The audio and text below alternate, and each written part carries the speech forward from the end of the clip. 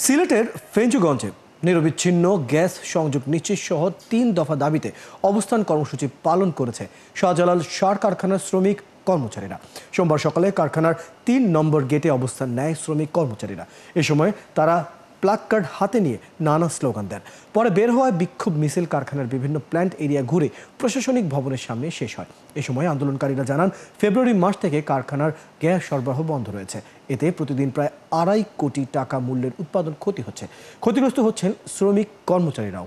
দাবি না মানা হলে তারা আন্দোলনের ঘোষণা দিয়েছেন। যে মজুরি কমিশন এখনো পর্যন্ত 5% এবং 15% যে প্রণোদনা এখনো পায় নাই। ইতিমধ্যে আবার দেখা যাচ্ছে যে অলরেডি পে কমিশনের একটি স্কেলের জন্য, নবম পে স্কেলের জন্য কিন্তু অলরেডি কমিটি গঠন করা হয়েছে। মজুরি কমিশনের জন্য কোনো কমিশন গঠন করা হয় নাই। এটিও অনতিবিলম্বে গঠন করার জন্য আমরা জোর দাবি জানাচ্ছি। গ্যাস সংযোগের খুব অভাব, গ্যাস সংযোগ না, গ্যাসের জন্য আজকে কারখানা বন্ধ। তো গ্যাস সংযোগ আমাদের দ্বিতীয় দাবি। তারপরে যে আমাদের 5% যে প্রণোদনা ভাতা, সেই প্রণোদনা ভাতা থেকে আমরা বঞ্চিত হচ্ছি। এখন 15% দিয়ে দিচ্ছি, 5% তো পাচ্ছি না, 15% খবর নাই।